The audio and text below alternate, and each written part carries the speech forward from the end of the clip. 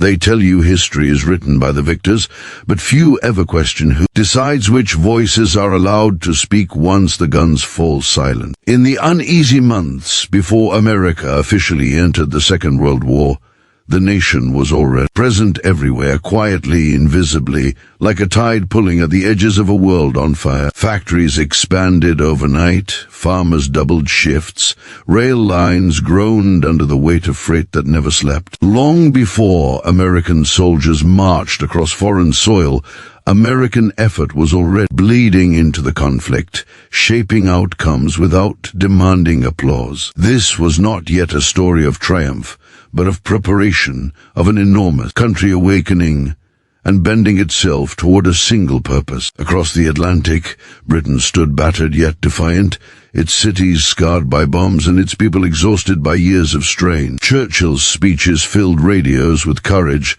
but courage alone could not replace steel, oil, wheat, or trucks. Quiet agreements signed in offices far from the front lines began redirecting American production outward. The Lend-Lease program was born not as a gesture of charity, but as a calculated decision that the war had to be won before it could ever reach American shores. Ships loaded with food, ammunition, aircraft parts, and vehicles slipped out of ports under cover of darkness, their destinations scattered across oceans already haunted by U-boats.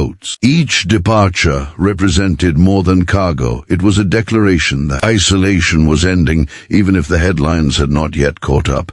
American industry did what few believed possible. Assembly lines were redesigned in weeks instead of years. Automobile plants that once celebrated sleek chrome suddenly produced tanks and engines. Typewriters gave way to machine tools, advertisements to instruction manuals. Millions of workers, many of them women entering industrial jobs for the first time, learned new skills at staggering speed. There was no time for perfection, only progress. Errors were corrected midstream, designs improved while already in production. The scale was so immense that it became difficult to comprehend, even for those inside it. Numbers lost meaning when thousands became millions and millions became standard daily output. While Europe fought for survival, Asia burned under Japanese expansion. China bled endlessly, and the Pacific Islands felt the first tremors of a coming storm. American observers watched carefully, analyzing battles, aircraft performance, logistics failures. Lessons were gathered and quietly folded into planning documents. Though officially neutral, the United States was learning how modern war consumed nations whole. It was learning that victory no longer depended solely on generals and bravery, but on supply chains, fuel reserves, and the relentless ability to replace losses faster than the enemy. This understanding would soon become America's greatest weapon. Then Pearl Harbor shattered any remaining illusion of distance. The attack did not create American resolve. It revealed it. The response was immediate and overwhelming. Enlistment officers overflowed. Congress moved with rare unity. The nation did not debate whether it could fight on two fronts. It assumed it must. What followed was not simply mobilization, but transformation. America did not scale up. It reinvented itself. Entire regions reorganized around war production. Small towns became industrial hubs. Universities shifted curricula toward engineering, medicine, and physics. Children collected scrap metal while newspapers tracked production quotas with the same intensity once reserved for sports scores. The sheer volume of material produced defied precedent. Cargo ships rolled off assembly lines faster than they could be named. Aircraft numbers multiplied until airfields expanded like growing cities. Trucks, jeeps, radios, uniforms, boots, medical supplies, rations, and fuel flowed outward in endless streams. This was not glamorous work. There were no parades for riveters or machinists, yet without them, no army advanced, no plane flew, no hospital functioned. America became the arsenal of democracy not through slogans but through sweat, noise, and exhaustion measured in 12-hour shifts. As American troops began arriving overseas, they carried with them not only weapons but systems. Logistics units followed closely behind combat forces, building roads, ports, depots, and pipelines with astonishing speed. Where others fought battles, Americans planned sustainment. This approach puzzled allies at first, even frustrated them. It seemed excessive, wasteful, overly cautious. But when offensives stalled for lack of fuel or ammunition, American stockpiles quietly filled the gap. When vehicles broke down, spare parts appeared. When winter froze European ground, American clothing and heating equipment arrived. The war was being fought not just on maps, but on spreadsheets. Yet even as American contribution grew impossible to ignore on the battlefield, something else was forming behind the scenes. Governments already looked ahead to the world that would emerge after the fighting stopped. Prestige mattered. Influence mattered. National pride mattered. No nation wanted to admit dependence, especially not to a younger power across the ocean. Official statements praised unity while carefully emphasizing domestic sacrifice. Press releases highlighted local heroism. American involvement was acknowledged, then quickly reframed as support rather than foundation. The language was subtle but deliberate. Photographs captured British pilots scrambling into planes, Soviet soldiers raising flags, resistance fighters cheering liberation. Rarely did images linger on the trucks bearing American markings, the crates stacked behind the scenes, the fuel drums that made movement possible. In the Pacific, island campaigns showed Marines charging beaches, but less often the immense naval and industrial web that sustained them across thousands of miles of ocean. The camera favored drama over infrastructure, faces over factories. Memory followed suit. American commanders themselves sometimes contributed to the quiet erasure. Focused on the mission, wary of arrogance, they avoided public boasting. The war was too serious for chest beating. Cooperation demanded humility. Success required trust. When operations succeeded, credit was shared freely. When mistakes occurred, responsibility was absorbed. This attitude won respect among allies, but it also allowed narratives to drift. By the time victory loomed, many outside the United States viewed American involvement as powerful but secondary, immense but impersonal, essential yet strangely replaceable. At home, the American public focused less on recognition and more on results. Families rationed, saved, and waited. Letters arrived from distant fronts, carrying news both hopeful and devastating. The war was personal, immediate, and costly. There was little appetite for arguing over credit when sons and daughters were still fighting. When victory finally came, celebrations erupted, then quickly gave way to mourning. Millions did not return. For those who did, silence often replaced stories. They had done their job. That was enough. In the years immediately following the war, reconstruction reshaped alliances. Europe lay in ruins. Asia reeled from devastation. America once again stepped forward. This time with money, materials, and planning. The Marshall Plan rebuilt economies, stabilized governments, and prevented collapse. Yet even this extraordinary effort became politically complicated. Gratitude mixed with resentment. Assistance bred dependence, and dependence bred discomfort. It became easier to downplay past reliance than to acknowledge ongoing support. Memory adjusted to suit new realities. As Cold War tensions hardened, historical narratives froze, textbooks simplified, films dramatized. Each nation emphasized its own suffering and heroism. The American role, vast and multifaceted, resisted easy storytelling. It was easier to show a soldier charging a hill than a clerk routing supplies. Easier to honor a final stand than a sustained effort. Over time, the myth solidified that America arrived late, overwhelmed enemies with numbers, and claimed disproportionate glory. The truth, more complex and less cinematic, faded into footnotes. But beneath those layers of storytelling, the facts remained. Ships had sailed. Factories had roared.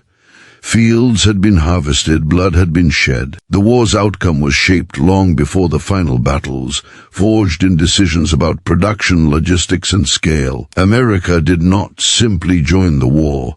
It redefined how modern wars were won. That contribution was not loud, nor always visible, but it was decisive. The machinery of war did not pause for reflection, and neither did the American system feeding it. Trains crossed the continent endlessly, their whistles echoing through nights that blurred into mornings. Ports expanded, cranes multiplied, docks became forests of steel and rope. Men who had never seen the ocean learned the language of tides and tonnage. Women who had never handled tools became experts in tolerances measured in fractions of inches. Mistakes cost lives far away, and everyone knew it. That knowledge pressed heavily, turning routine labor into moral duty. Every bolt tightened, every crate sealed, every form signed carried invisible weight. In Europe, American supplies altered strategies. Commanders who once planned around scarcity suddenly planned around abundance. Offensives could be sustained instead of gambled. Losses could be replaced. Mobility increased, changing the rhythm of battle itself. War became faster, broader, and less forgiving to those who could not. When the war finally ended, and the noise of guns gave way to the quiet confusion of peace, the struggle of a memory entered its most decisive phase. Soldiers went home. Factories slowed, uniforms were folded away, and a world desperate to rebuild began choosing which stories felt safest to remember. For America, the instinct was to look forward. The nation had lost hundreds of thousands of lives and expended unimaginable energy. It wanted normalcy, prosperity, and distance from trauma. In that desire to move on, something critical slipped through the cracks. The story of how victory had truly been achieved was left incomplete, and incompleteness has a way of hardening into myth. Across Europe and Asia, monuments rose quickly. They honored sacrifice, endurance, resistance, and liberation. Each was sincere within its own borders, shaped by pain and pride that outsiders could never fully feel.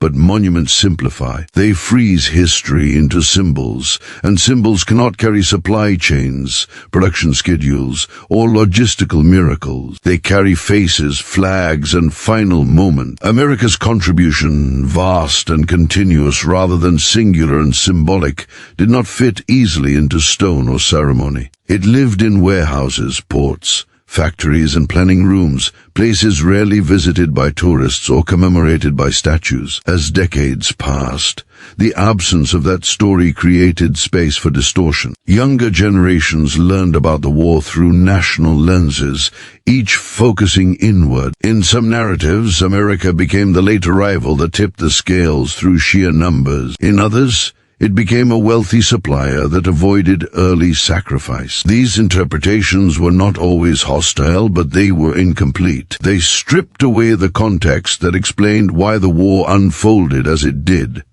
and why it ended when it did. Within the United States, remembrance took a different form. Veterans gathered quietly. Memorials honored the fallen without boasting about achievement. The emphasis remained on duty rather than dominance.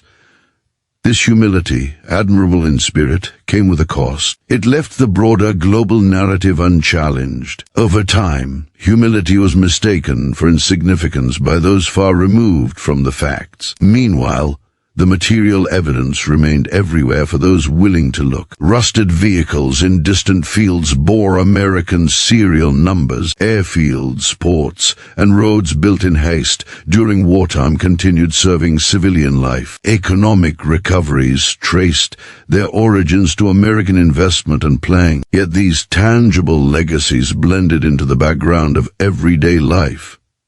People used them without asking how they came to be. Utility replaced curiosity.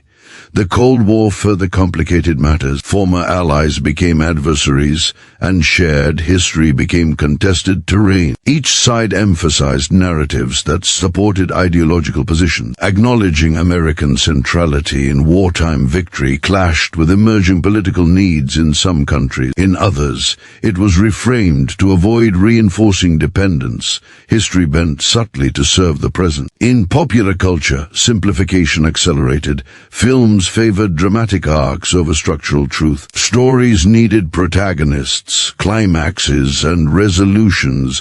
Logistics had none of these. They were ongoing, repetitive, and impersonal. As a result, America's greatest strength in the war became its greatest weakness in memory. The very scale and consistency that made victory possible made the story harder to tell. Yet the consequences of this distortion extended beyond pride.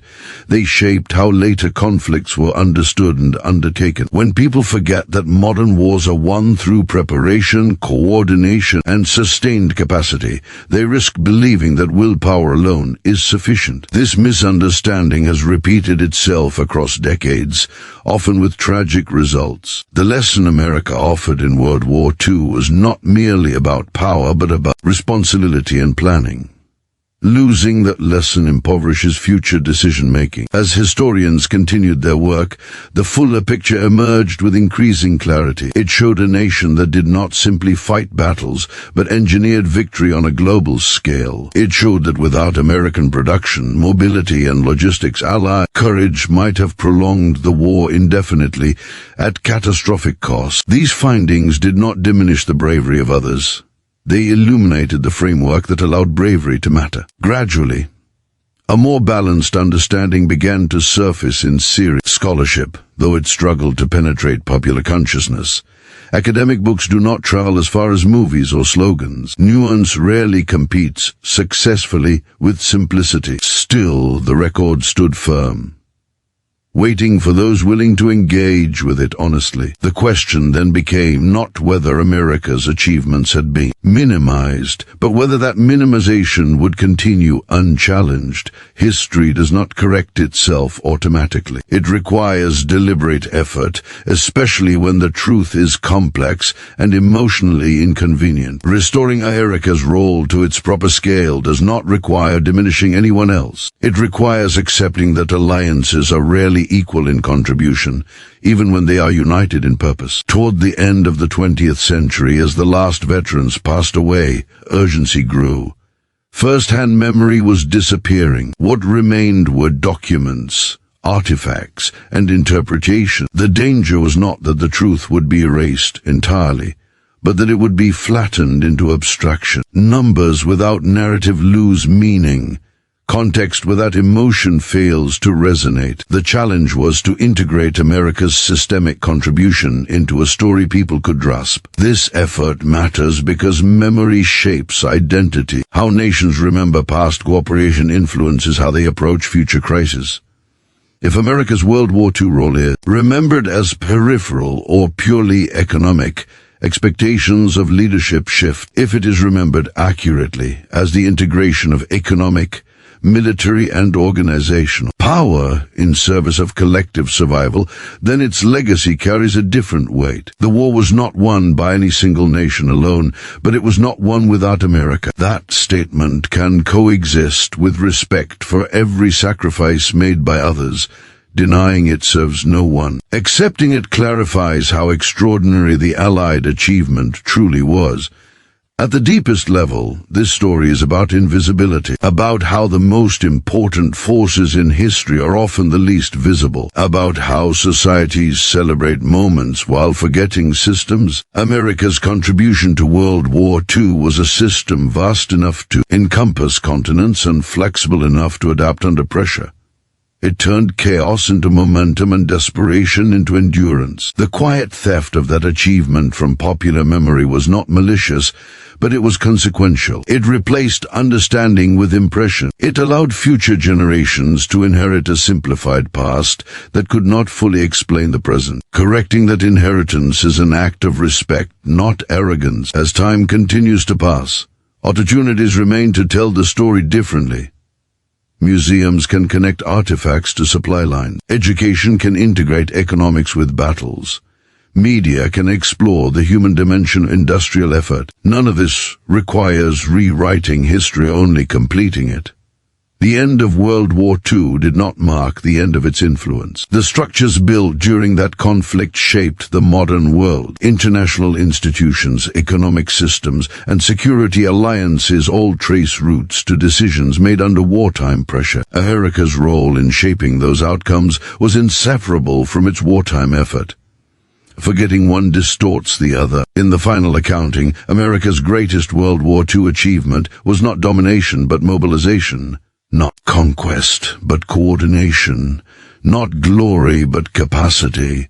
These are harder virtues to celebrate, but they are no less vital. They remind us that survival in a connected world depends on more than bravery. It depends on preparation, cooperation, and the willingness to shoulder disproportionate responsibility when circumstances demand it. As the story comes to its close, the challenge remains for those who inherit it, to look beyond familiar images, to ask uncomfortable questions, to recognize that victory is rarely the product of a single moment, but of countless decisions made long before and far from the battlefield. That understanding is the true ending of the story, because it restores meaning where memory once faded and replaces myth with clarity, allowing history to stand whole at last. When the war's momentum finally began to shift, it did not feel sudden to those who were watching closely. It felt heavy, deliberate, and powered by forces most people never saw. By the time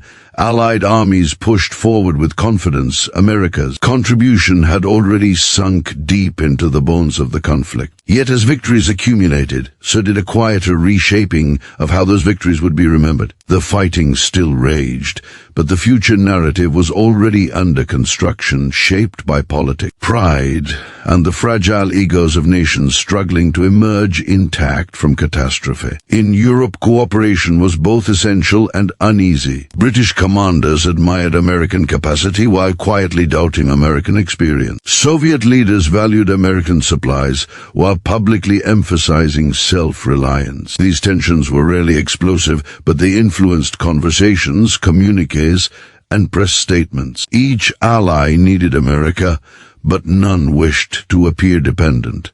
As a result, language became careful. American aid was described as helpful rather than vital, supportive rather than decisive. Over time, repetition gave those descriptions the weight of fact. American officers noticed this shift but rarely challenged it. Their focus remained on defeating the enemy, not managing legacy. Many believed recognition was secondary to results. Others assumed the truth would speak for itself once the numbers were known. They underestimated how quickly numbers could be buried beneath emotion and symbolism. The image of a soldier planting a flag could overpower columns of shipping manifests and production totals. The war rewarded spectacle, and memory followed the same rule. The deeper America pushed into the conflict, the more it reshaped how war itself was fought. Operational planning increasingly assumed American supply levels as the baseline. Timelines shortened, risks increased because replacement was possible. Entire doctrines evolved around the certainty that fuel, ammunition, and equipment would arrive on time. This confidence was not shared equally by all allies, but they benefited from it regardless. Success bred reliance, and reliance bred silence about its source. In North Africa, Italy, and Western Europe, American logistics turned geography from an obstacle into a tool. Ports were seized, expanded, and transformed with astonishing speed. Artificial harbors appeared where none had existed. Roads were repaired under fire. Pipelines were laid across terrain that planners once deemed impossible. These feats were technical, unglamorous, and profoundly influential. Yet when campaigns were later summarized, attention gravitated toward general and battles, not the infrastructure that made movement possible. The same pattern emerged in the air. American production flooded the skies with aircraft, not only for its own forces but for allies as well. Pilots flew machines built thousands of miles away by workers they would never meet. Losses that once would have crippled air forces became tolerable, even expected. The ability to absorb attrition changed strategy itself. But post-war memory preferred tales of daring dogfights to discussions of replacement rates and engine output. Heroism felt purer without context. On the Eastern Front, the contradiction was even sharper. The Soviet Union carried the heaviest human cost of the war, and that suffering demanded recognition. At the same time, the Red Army's mobility and endurance increasingly depended on American trucks, rail equipment, and food. Entire offensives rode on wheels stamped with foreign markings. Soviet commanders understood this clearly, Soviet citizens less so. Public acknowledgement was filtered through ideology, and American assistance became a footnote rather than a pillar. This selective memory served political needs, even as it distorted reality. As Allied leaders met to plan the post-war world, the war itself became currency. Sacrifice translated into influence. Victories translated into leverage. In these negotiations, perception mattered as much as fact. Emphasizing national contributions strengthened bargaining positions. Minimizing reliance preserved dignity. America, confident in its economic and military strength, did not press its case aggressively. It assumed partnership would continue naturally. Others were less certain and more defensive. Meanwhile, American soldiers experienced a war that felt both immense and oddly anonymous. They advanced through villages where gratitude mixed with misunderstanding. They fought alongside allies who welcomed their presence but sometimes dismissed their role. They noticed how their equipment, rations, and medical care differed sharply from those around them. These differences were not always appreciated. Sometimes they were resented. Abundance can create distance as easily as admiration. As liberation spread, so did cameras and correspondence. Stories were filed rapidly, shaped by access and audience. Domestic outlets highlighted national forces. Foreign reporters emphasized familiar heroes. The American presence, often vast and logistical, did not always translate well into compelling headlines. A convoy moving through mud lacked the drama of a firefight.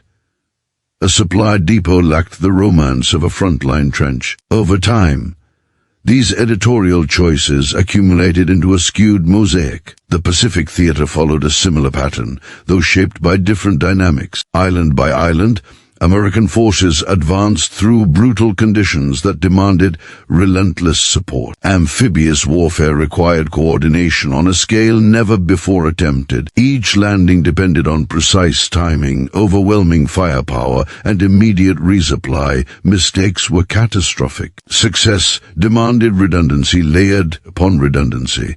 This was industrial warfare at its most complex. Yet, when the Pacific War was later remembered, emphasis often fell on individual battles and decisive moments. The grinding, cumulative nature of American advance faded behind iconic images. The vast naval and logistical apparatus that sustained operations across half the globe became background noise. The idea took hold that victory hinged on singular events rather than sustained capability. This misunderstanding simplified history at the cost of accuracy. Within the United States, the war was experienced differently. Citizens followed progress through maps, casualty lists, and production figures. They measured contribution not only in blood but in output. Victory bonds, ration books, and factory quotas became part of daily life. There was little separation between civilian and military effort. When the war ended, there was pride but also exhaustion. The desire to move on outweighed the desire to argue about credit. This attitude influenced how America responded to post-war narratives. When allies emphasized their own roles, Americans rarely objected. When American contributions were minimized, the response was muted. The assumption prevailed that facts would endure without defense. But facts require storytellers, and America was already telling itself a different story, one focused on peace and prosperity rather than remembrance. As years passed, the simplification hardened. Schoolchildren learned about bravery and sacrifice through national lenses.